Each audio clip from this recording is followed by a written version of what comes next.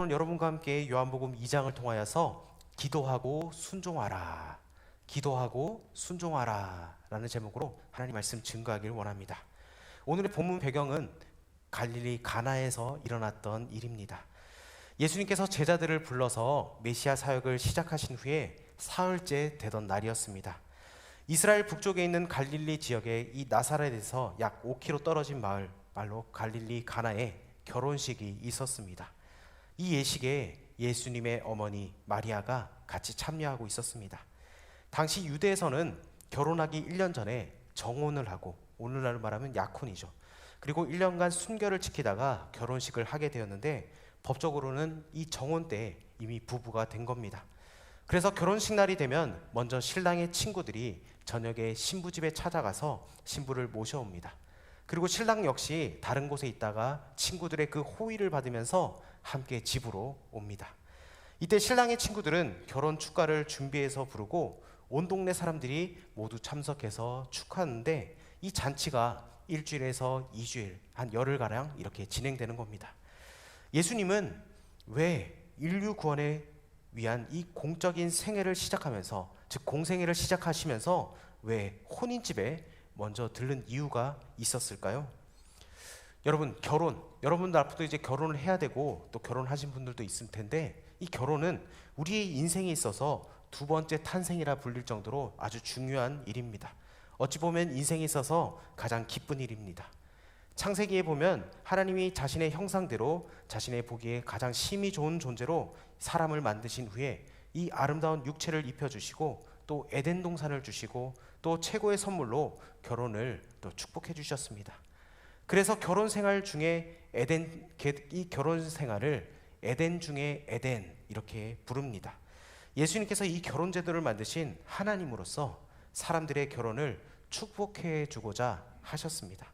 이런 의도로 이 가나의 혼인 잔치집에 오신 예수님은 우리들의 인생에도 기쁨을 주시기 위해 이 땅에 오셨다는 겁니다. 우리 예수님은 우리의 삶의 한복판에서 늘 우리와 함께하여 주시고 우리의 그 기쁨에 함께 해주신다는 겁니다. 여러분들이 대학 입시에 합격했을 때, 그리고 좋은 직장에, 그리고 어떤 직장에든 취직했을 때 하나님께서는 그 기쁨을 함께 해주신다는 겁니다. 그리고 그 외에 우리에게 기쁜 일이 있을 때도 우리 주님은 우리와 함께하여 주신다는 겁니다. 그런데 이 잔치집에 무슨 일이 일어났습니까? 우리 3절을 다시 한번 더 읽어보길 원합니다. 우리 3절입니다. 시작.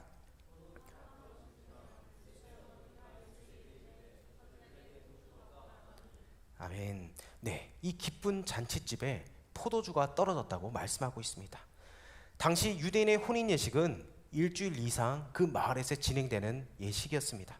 그래서 마을 전체가 한마디로 축제의 분위기장이었습니다.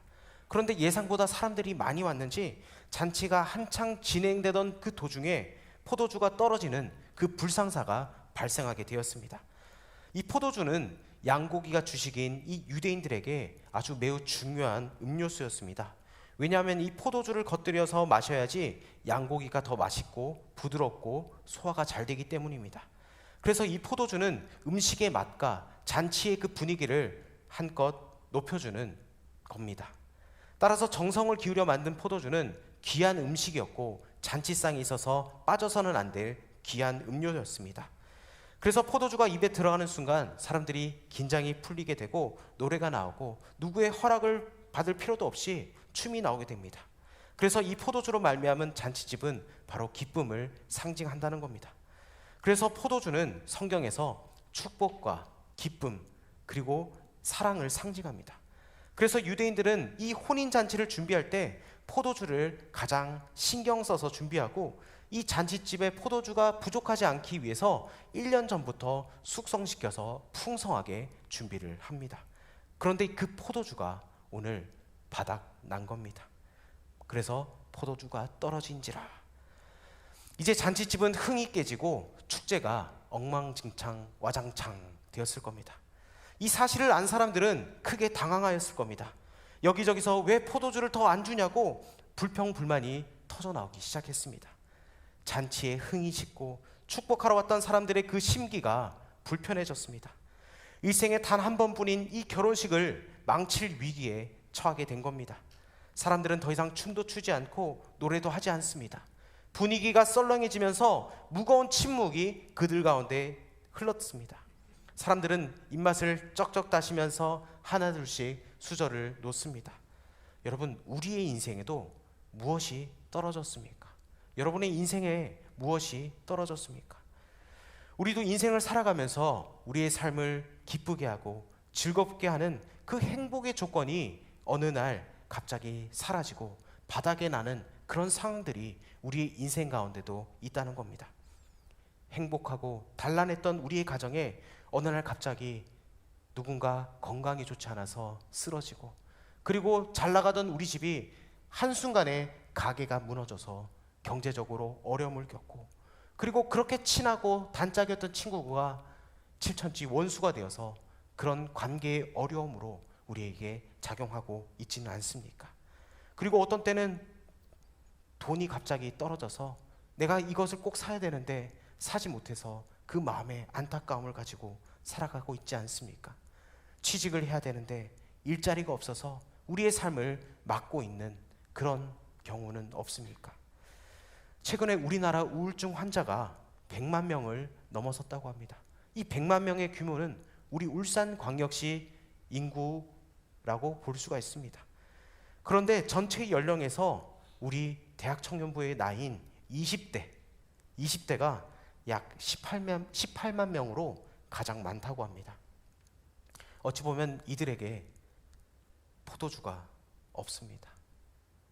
가정에서 불화와 또 부모님의 문제, 또 자녀 문제로, 그리고 삶의 어려움으로 이 포도주가, 행복의 포도주가 떨어진 집안이 많다는 겁니다. 그래서 우리 집에, 저 집에 기쁨이 떨어진지라. 여러분, 이 포도주가 떨어졌을 때 오늘 이를 안 마리아는, 예수님의 어머니 마리아는 어떻게 하셨습니까? 어떤 사람은 왜 이것밖에 준비하지 못했냐며 이 신랑 신부의 준비성을 탓했을 겁니다.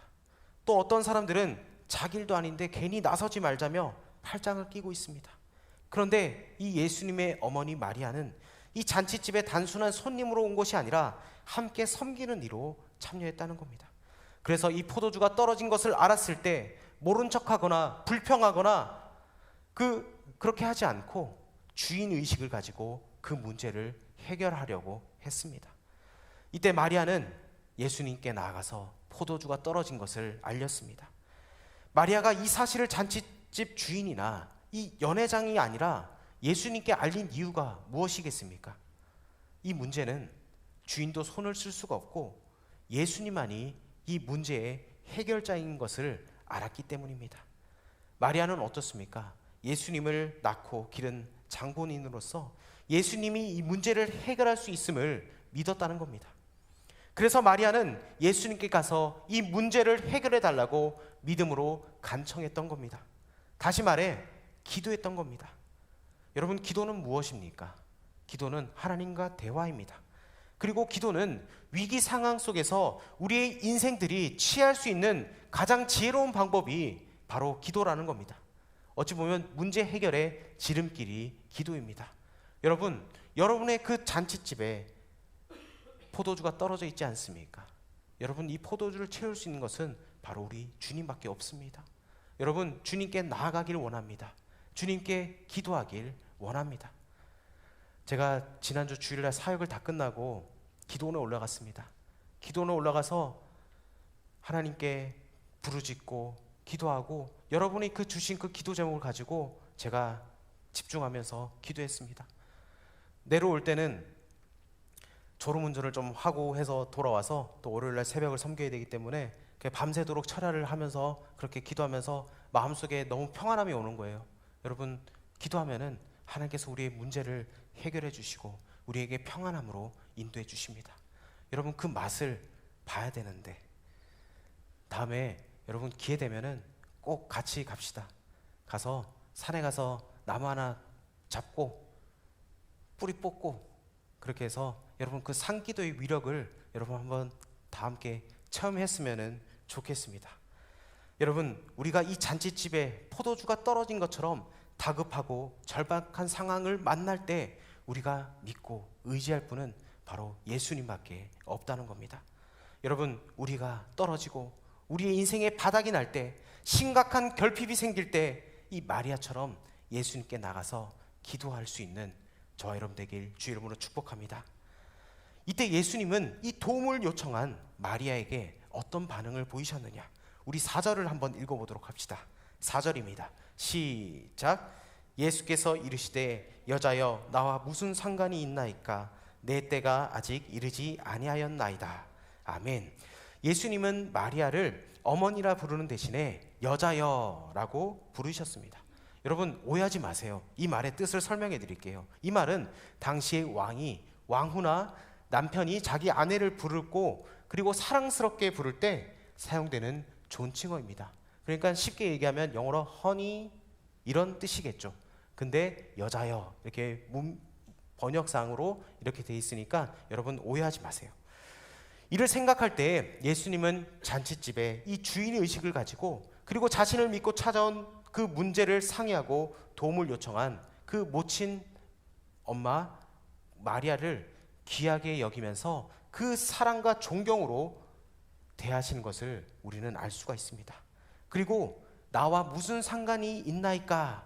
이 말을 원문으로 직역하면은 영어로 what to me and to you, 즉 나와 어머니에게 무엇이 있습니까? 라는 뜻입니다. 이 말을 본문의 이 문맥에서 특히 뒤에 나오는 말을 고려해 볼 때 당장 급하더라도 마리아가 생각하는 때가 아니라 지금 마리아와 예수님께 무엇이 있는지를 생각하면서 예수님의 때를 기다리도록 마리아를 돕는 역할로 하는 말로 볼 수가 있다는 겁니다. 그래서 뒤이어 예수님께서 내 때가 아직 이르지 아니하였다 이렇게 말씀합니다. 여기서 내 때란 바로 예수님이 자신의 그 신성을 드러내어서 하나님께 영광을 올려드리는 그 때를 말하고 있습니다. 그런데 예수님은 지금 그러한 때가 아니라고 말씀하십니다. 마리아는 이때 아니 지금 집에 포도주가 떨어서 난리인데 무슨 때를 타령하느냐? 나와 가까운 지인의 집인데 네가 좀 빨리 해결해줘라 이렇게 다급하게 요청하지 않았다는 겁니다. 바로 지금 자신의 때라고 생각하는 그 시간에 예수님께서 일해주시면 좋겠지만 자기의 그 생각을 내려놨다는 겁니다. 마리아는 겸손히 예수님의 때를 기다리면서 기다리기로 했습니다. 그러나 그 기다리되 그것을 그냥 손 놓고 기다리는 것이 아니라 언제든 예수님께서 때가 되면 일할 수 있도록 그 환경을 준비했다는 겁니다. 여러분 5절 말씀 한번 읽어볼까요? 5절 시작. 이때 너희에게 무슨 말씀을 하시든지 그대로 하라 하니라. 아멘. 예수님께서 무슨 말씀을 하시든지 그대로 하라 이렇게 당부하고 있습니다. 무슨 말씀을 하시든지 그대로 하라. 이 말은 이성적으로 이해가 안 되더라도 비합리적인 방법이라도 혹은 하기 싫은 방법이라도 무조건적으로 절대 순종하라는 그 말입니다. 마리아가 예수님의 때를 기다리면서 하인들을 준비시키자 그 잠깐의 시차지만 예수님은 드디어 때가 되어 일하기 시작하셨습니다. 우리 6절과 7절을 우리 다시 한번 더 읽어보도록 하겠습니다. 시작. 거기에 유대인의 정결 예식을 따라 두세 통 드는 돌 항아리 6이 놓였는지라.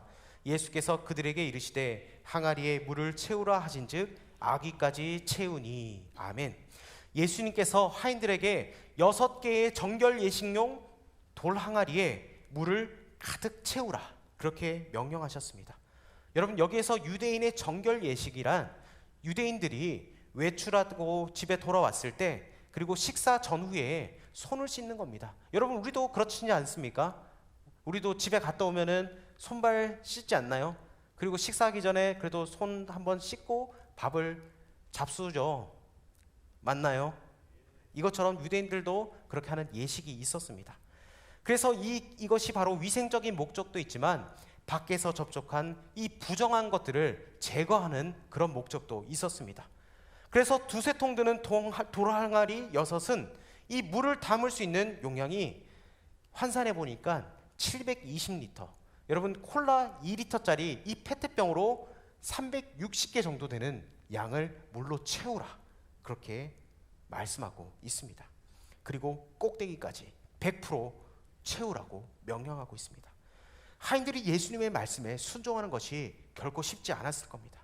지금 필요한 것은 포도주지 손 씻을 물이 아니라는 겁니다. 더구나 이 아기까지 채우려면 집에서 멀리 떨어진 그 마을 어귀 우물까지 가서 그 많은 양의 물을 길어가지고 들고 와야 했던 겁니다. 어찌 보면 무겁고 귀찮은 일입니다. 이성적으로 이해가 되지 않는 일을 그렇게까지 수고해서 하기란 정말 내키지 않았을 겁니다. 그러나 하인들은 땀을 뻘뻘 흘려가며 예수님이 무슨 말씀을 하시든지 그대로 하겠다는 그 자세로 예수님이 시키신 일을 순종하셨습니다. 그래서 아기까지 채웠다는 겁니다. 그리고 아기까지 물을 채운 하인들에게 예수님은 이번에 어떤 명령을 하셨는가? 우리 8절을 우리 한번 읽어보도록 하겠습니다. 시작. 이제는 떠서 연회장에 갖다 주라 하심에 갖다 주었더니. 아멘. 이 일은 처음 순종보다 더 힘든 일이었습니다. 여러분, 연회장, 이 연회장은 잔치집을 대표하는 인물입니다. 그래서 하인들이 함부로 상대할 수 있는 사람이 아닙니다. 이 연회장에게는 새로 마련된 음식만 가져다 주고 미리 맛보게 해야 합니다. 여러분, 이 말은 아주 말단인 사람이 사장님한테 가가지고 그 음식을 가서 점검을 맡고 그 연회장이 허락해야지 음식이 세팅되는 겁니다. 그런데 이 하인은 지금 어떻게 하고 있습니까? 물 뜨는 물을 가지고 지금 물 아기까지 채워서 그 연회장한테 갖다 줘야 하는 입장입니다. 어찌 보면 이것은 음식이 아니라 손 씻는 물을 맛보라고 가져다 주는, 한마디로 냉수 먹고 속 차리라는 말로 맞아 죽을 각오를 가지고 그 연회장에게 가져갔다는 겁니다. 여러분, 하인들은 자기 생각을 부인하고 이번에도 예수님을 믿고 온 마음을 다해서 여러분 순종했던 그 모습을 보여주고 있습니다. 여러분, 우리에게도 이런 하인 같은 믿음이 있어야 한다는 겁니다. 주님이 말씀하시면 그 말씀에 절대 순종할 수 있는 믿음, 이것이 우리에게 필요합니다. 여러분, 믿음은 견디는 거잖아요. 여러분, 하나님께서 나에게 말씀하셨다면 여러분 더 이상 재지 마세요. 이래 해볼까 저래 해볼까. 여러분, 그 하나님 절대 기뻐하지 않습니다. 하나님 말씀하시면 그 말씀에 온전히 순종할 수 있는 그런 믿음을 가지고 주님 앞에 나아가길 원합니다. 하인들이 이 항아리에 물을 채우자 어떤 놀라운 기적이 일어났느냐, 우리 9절 말씀을 한번 읽어보도록 하겠습니다. 시작. 연회장은 물로 된 포도주를 맛보고도 어디서 났는지 알지 못하되 물 떠온 하인들은 알더라. 연회장이 신랑을 불러. 아멘. 하인들은 금방이라도 이 잔이 날라올 것 같아서 고개를 들 수가 없었습니다. 그런데 이게 웬일입니까? 몇 초를 기다려도 잔이 날아오기는커녕 어디선가 진한 이 포도주의 향기가 나타나기 시작합니다. 그래서 코를 찌르게 된 겁니다. 연회장은 한참 냄새를 즐기더니 혀 안에서 이리저리 포도주 한 모금을 굴리다가 꿀꺽 삼키고는 마지막 한 방울까지 잔을 다 핥아 먹었습니다. 그러더니 그 신랑을 불러서, 신랑, 사람마다 먼저 좋은 포도주를 내고 취한 후에 낮은 것을 낼 뿐인데 자네는 지금까지 마신 것도 좋았는데 후반부에는 더 좋은 것, 가장 좋은 것을 이렇게 공급해줘서 고맙습니다. 여러분, 이 놀라운 고백, 여러분, 우리 주님은 이 기적의 주인공이 되어 주신다는 겁니다. 여러분, 우리 하나님은 못하실 일이 없으신 하나님이십니다. 여러분 가운데 지금 내가 생각하기엔 이게 아닌 것 같아, 내가 생각하기에는 이건 될 수가 없어. 여러분, 우리 하나님은 그 사고를 뛰어넘으신 하나님이십니다. 여러분, 하나님께서는 온전한 순종을 기다리고 계신다는 겁니다. 예수님은 놀랍게도 포도주가 떨어져 이 기쁨이 사라지게 된 이 잔치집에서 이 돌 항아리 6개에 다시금 포도주를 풍족히 채워주시며 그 기쁨을 풍성하게 회복시켜 주셨습니다. 여러분, 이것이 바로 기쁨의 잔치 아니겠습니까? 이 물이 포도주로 바뀐 이 기적을 연회장과 잔치집 사람들, 심지어 신랑도 알지 못했습니다. 오직 누구만 알고 있었습니까? 물떠온 하인들만이 이 기적을 맛봤다는 겁니다. 그들은 자신들의 이 순종을 통해서 예수님이 이 경이로운 기적을 일으키신 것을 알았다는 겁니다. 다시 말해서 하인들이 예수님을 믿고 순종했을 때 그들은 연회장에게 맞아 죽지 않고 오히려 잔치집을 살리는 주역이 되었다는 겁니다. 하인은 많은 사람들이 계속해서 포도주를 마시면서 그 기뻐하는 모습을 봤을 겁니다. 잔치집이 망하지 않고 살아난 것을 보았습니다. 그들은 자신들의 한 일에 큰 보람을 느꼈습니다. 무엇보다 하인들은 이 기적을 만든 예수님을 인격적으로 알게 되었습니다. 하인들 외에 마리아도 예수님이 물을 포도주로 만든 이 변화시킨 것을 알았습니다. 마리아가 이 상황을 주도했습니다. 주인의식과 기도와 이 지혜로운 섬김이 예수님의 기적 역사의 핵심 중에 핵심을 이룬 겁니다. 여러분, 예수님이 만드신 이 포도주는 어떤 포도주였는 줄 아십니까? 10절에 보면 좋은 포도주, the best. 예수님께서는 우리를 위해 만들어주신 이 포도주는 최고의 것, 극상품, 그리고 최상의 것이라는 겁니다. 우리가 예수님의 명령에 순종하여서 말씀의 물을 채우고 기도의 물을 채우고 전도의 물을 채우면 예수님은 우리에게 가장 좋은 것으로 우리에게 채워주신다는 겁니다. 그러므로 예수님의 말씀을 순종할 때 우리가 적당히 대강대강 마지 못해서 눈치 보면서 할 것이 아니라 기쁜 마음으로 절대적인 자세로 아기까지 채우는 적극적인 순종을 해야 함을 오늘 말해주고 있습니다. 여러분, 사람들은 어떻게 해서든지 물처럼 냉랭한 내 자신의 인생을 맛깔나는 인생으로, 빛깔나는 인생으로 변화시키기 위해서 많은 애를 씁니다. 거기에 오락의 설탕도 타보고 쾌락의 꿀도 타보고 돈과 명예의 그 색소도 타보고 연애와 미팅의 그 물감도 타보고 별의별 노력을 다 합니다. 경상도 말로 쇠가 빠지게 고생합니다.